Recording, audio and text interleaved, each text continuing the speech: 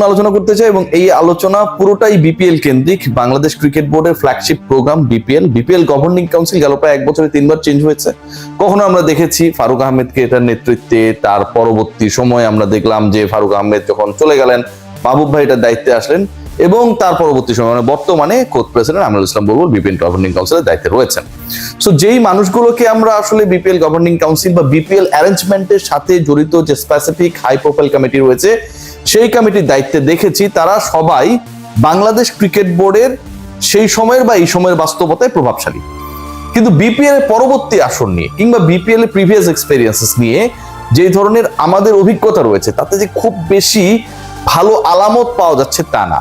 এই আলোচনায় আগামী বিপিএল এর ডেডলাইন, চ্যালেঞ্জেস, কয়টা দল অংশগ্রহণ করছে, কারা কারা অংশ নিচ্ছে না এরকম অবস্থায় চলে গেছে এবং একই সাথে অন্য ফ্র্যাঞ্চাইজ লিগের সাথে বিপিএল এর মানের কোন জায়গাটায় পরিবর্তন হচ্ছে, বাংলাদেশ প্রিমিয়ার লিগ বিপিএল কতটা আপকামিং আসলে নিচে নামবে সেই আলোচনাটাই করতে চাই। দেখুন আর মাত্র সময় রয়েছে 2 মাস এবং এই 2 মাস সময় থাকার মূল কারণ হচ্ছে ফেব্রুয়ারির আগে মানে জানুয়ারির মিডের মধ্যেই বিপিএল শেষ করতে হবে।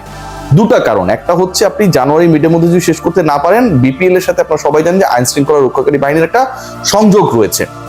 বিপিএল এ বিদেশি ক্রিকেটাররা খেলে, বিভিন্ন হোটেলসে থাকে, স্টেডিয়ামে তাদের যাতায়াতের ব্যাপার থাকে।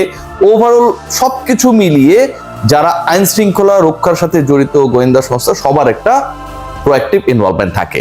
যেহেতু সাধারণ নির্বাচনে আইন শৃঙ্খলা রক্ষাকারী বাহিনীকে আরো বেশি প্রোঅ্যাক্টিভলি কাজ করতে হবে, সো বিপিএল অন্তত সাধারণ নির্বাচনের 1 মাস আগে শেষ করতে হবে এরকম একটা পরিকল্পনা বাংলাদেশ ক্রিকেট বোর্ড নিয়েছে। সাধারণ নির্বাচন যদি ফেব্রুয়ারির মিডে হয়, জানুয়ারি মিডের মধ্যে শেষ করতে হবে, ডিসেম্বরের মিডের মধ্যে এটাকে শুরু করতে হবে। সো ওই হিসাবটা করলে 2 মাস সময় রয়েছে। আবার একই সাথে বাংলাদেশ ক্রিকেট দল তাদের পরবর্তী মিশন যেটা সবচেয়ে বিগেস্ট ওয়ার্ল্ড কাপ ভারতে যেটা অনুষ্ঠিতব্য সেই টি20 ওয়ার্ল্ড কাপে অংশগ্রহণ করবে। সো সেটাও তো ফেব্রুয়ারিতে, বাংলাদেশ ক্রিকেট বোর্ডকে বিপিএল জানুয়ারি মিডে শেষ করতেই হবে।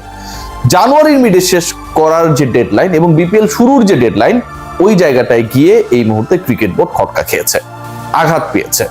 এবং সেই থেমে যাওয়ার জায়গাটা কোথায়, কতগুলো চ্যালেঞ্জেস রয়েছে এবং আপকামিং বিপিএল যে করার জন্যই বিসিবি আসলে করার পথে রয়েছে, রিয়েলিটি অন্তত সেটাই ইন্ডিকেট করে, নট মি।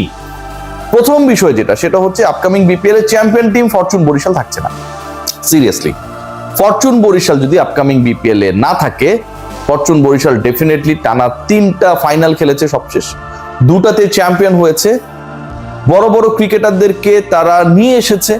বিপিএল মানে কি, যে আপনি খেলা দেখতে যাবেন তো হচ্ছে এক্সাইটমেন্টের জন্য, বড় তারকারা কি করেন সেটা দেখার জন্য। সো আপনি যদি বিপিএল এর দলে ওই রাজশাহীর মতো, দুর্বার রাজশাহীর মতো ভুয়া ক্রিকেটারদেরকে এখানটায় নিয়ে আসেন, রাদারফোর্ড কি যেন রয়েছে, আইনস্টাইন, নিউটন, এই টাইপের ক্রিকেটারকে দেখার জন্য তো আসলে কেউ যায় না। সো যেই দলগুলো ইনভেস্ট করেছে, কোটি কোটি টাকা চ্যাম্পিয়নশিপ ঘরে তুলেছে, এন্টারটেইন করেছে দর্শকদেরকে টেলিভিশনে আর মাঠে, সেই দলগুলোর একটা, প্রধান দলগুলোর একটা Fortune Barishal, they are not going to participate in the upcoming BPL. So এটা একটা বড় চ্যালেঞ্জ যে আপনি একটা বড় দল হারাচ্ছেন। ধরেন এখানটায় যদি রাজশাহীর নাম আসতো, এখানটায় যদি বরিশাল বাদ দিলে অন্য কোনো দলের নাম আসতো, বিভিন্ন দল তো সিলেটের নাম আসতো, উই ডোন্ট মাইন্ড, বাট যদি নামটা হয় বরিশাল, ডেফিনেটলি এটা একটা বড় ইম্প্যাক্ট রাখে। সো বরিশাল মানে চ্যাম্পিয়ন টিম বিপিএল এ থাকছে না, এটা একটা বড় সেটব্যাক। দ্বিতীয় পয়েন্ট যেটা, সেটা হচ্ছে এখন পর্যন্ত আপকামিং বিপিএল এ একটা দল মাত্র কনফার্ম। বিপিএল করতে হলে আমরা 7 দলেরও বিপিএল দেখেছি। 7 দলের বিপিএল এর সময় নেই, আপনি তো 6টা দল নিয়ে আয়োজন করবেন। গভর্নিং কাউন্সিলের ইনসাইট নিউজ যেটা, সেটা হচ্ছে তারা 6 দল নিয়েও বিপিএল করবেন না, মানে আপকামিং বিপিএল আপনি 6টা দলও দেখবেন না। গভর্নিং কাউন্সিল 6টা দলও খেলানোর অবস্থায় নেই এবং এই সিচুয়েশন যখন, তখন একটা দল মাত্র কনফার্ম, সেটা হচ্ছে Rangpur Riders. Rangpur Riders BPL এর এক্সপেরিয়েন্সড টিমগুলোর একটা, ভালো দল যারা গড়েছে বিভিন্ন সময় সেই দলগুলোর একটা, এবং রংপুর রাইডার্স কেন্দ্রিক মালিকানার সাথে, ম্যানেজমেন্টের সাথে যারা জড়িত, তাদের অন্তত 2জন ব্যক্তি বাংলাদেশ ক্রিকেট বোর্ডের পরিচালনা পর্ষদে রয়েছে। সো তাদের একটা মোরাল বাইন্ডিংস রয়েছে যে এটা করতে হবে, ভালো দল করতে হবে। এবং রংপুর রাইডার্সের যেহেতু হচ্ছে মানে প্রিভিয়াস আসরগুলোতেও একটা বড় রোল ছিল, সো তারা থাকছে।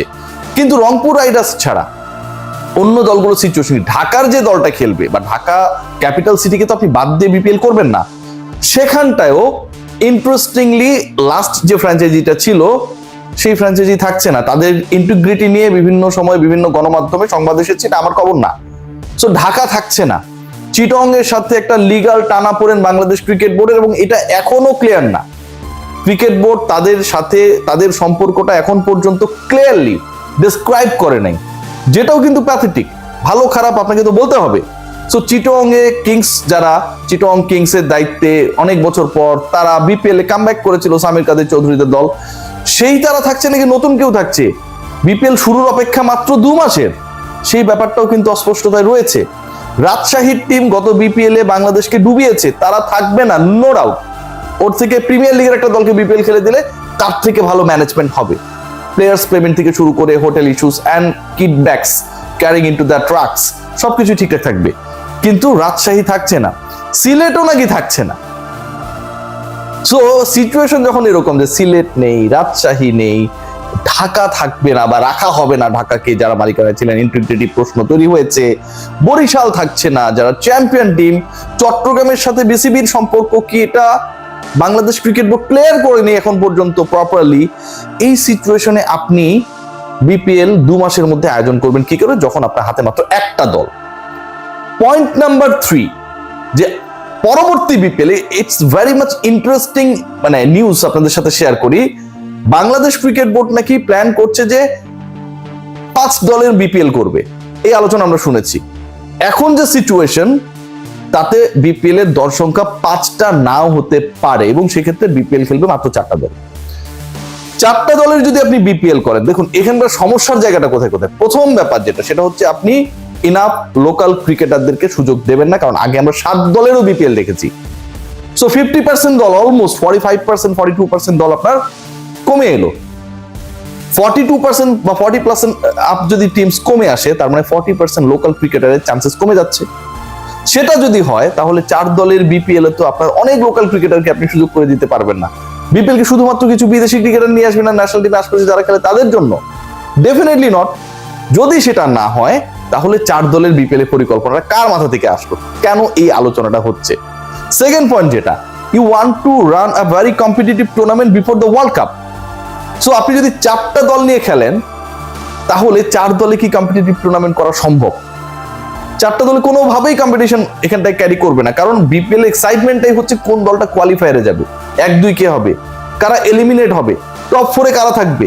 সো বিপিএল শুরুর আগে আপনি টপ 4 দিয়ে দিতেছেন, এটা কোনোভাবে হতে পারে না, এটা কোনোভাবে অ্যাকসেপ্টেবল না। আপনি যদি ইন্টারন্যাশনাল বিভিন্ন ফ্র্যাঞ্চাইজ টুর্নামেন্ট গুলোর দিকে তাকান, আইপিএল হয় কয় দলে? 10 দলে। 10টা দল নিয়ে আইপিএল হয়। সিপিএল আপনি যদি খেয়াল করেন, সিপিএল হয় হচ্ছে 6 দল নিয়ে। বিপিএল একটা সময় 7 দল নিয়ে হতো, সেই বিপিএল কে আপনি সরিয়ে আনছেন। এবং পিএসএল বিপিএল এ পরে শুরু হয়েছে, এবং তাদের অনেক ইনফ্রাস্ট্রাকচারাল সমস্যা ছিল, কারণ অনেক দল পাকিস্তানে গিয়ে খেলতে চায় নাই। সেই পিএসএল সেখানটা ইসলামাবাদ ইউনাইটেড, করাচি কিংস, লাহোর কালান্দার্স, মুলতান সুলতান, পেশোয়ার জালমি, কোয়েটা গ্ল্যাডিয়েটর্স, তারাও 6টা দল নিয়ে আয়োজন করে। সো বিপিএল যদি আপনি 4 দল নিয়ে করেন, পৃথিবীর কোন ফ্র্যাঞ্চাইজি টুর্নামেন্ট 4টা দল নিয়ে হয়েছে মূলধারা ফ্র্যাঞ্চাইজি টুর্নামেন্ট, এটা ইতিহাসে বিরল। এটা অনেকটা রাজশাহী দল বিপিএল খেলতে নেমেছিল উইদাউট এনি ফরেন ক্রিকেটার, এরকমই ঘটনাটা ঘটবে 4 দল নিয়ে যদি বিপিএল হয়, অথবা 5 দল নিয়েও যদি হয়। এটা as a chair of the BPL governing council Bulbul ভাইয়ের জন্য আমার কাছে মনে হয় খুবই ডিসগ্রেসফুল। কেন এই পরিকল্পনা, কেন এই আলোচনা হচ্ছে? কারণ Bangladesh cricket board wasted a huge amount of time BPL সংক্রান্ত ইস্যুতে ডিসাইড করার ক্ষেত্রে। এখন এই সংক্রান্ত ইস্যুতেও মিঠু ভাই খুব একটা দারুণ ব্যাখ্যা দিয়েছেন যে আগের কমিটিতে যারা ছিল তারা ঠিকভাবে কাজটা করে নাই। তো আগের কমিটিতে তো এমন একজন আছেন যিনি বাংলাদেশ ক্রিকেট বোর্ডের এই মুহূর্তে পরিচালনা পর্ষদের প্রভাবশালীদের একজন সদস্য সচিব ছিলেন সবশেষ কমিটির, নাজমুল আবদিন ফাহিম ভাই। আপনারা তাহলে আগের কমিটিতে কাজ করলো না, তিনি তো আপনার কমিটিতেই রয়েছেন, তাকে এই প্রশ্নটা জিজ্ঞেস করছেন না কেন? সদস্য সচিব মানে কি? সেকেন্ড ম্যান সদস্য সচিব এখনো আপনার কমিটিতে রয়েছে, ক্রিকঅপসের চেয়ারম্যানের দায়িত্বে রয়েছে। আগের কমিটিকে দায় দেয়ার বা দায়ী করার কি সুযোগটা এখানটায় রয়েছে? Definitely not. So upcoming BPL অনেকগুলো চ্যালেঞ্জেস নিয়ে হতে যাচ্ছে পলিটিক্যাল সিচুয়েশনের কারণে, এবং আনস্টেবল বিসিবি অনেকে মনে করছে, আমার কথা না, যেহেতু অনেক ধরনের আলটিমেটাম চলছে from the BCB part, from the other part. দুপক্ষের মধ্যে একটা ইন্টিগ্রিটির প্রশ্নে একে অপরকে ঘায়েল করার চেষ্টা। আপকামিং বিপিএল এ যারা ইনভেস্ট করতে চায় বা অ্যাভেলেবল টু ইনভেস্ট, তাদেরও যে খুব বেশি আগ্রহ রয়েছে তাও না। কি হতে যাচ্ছে upcoming BPL A, let's see. সবাই ভালো থাকবেন।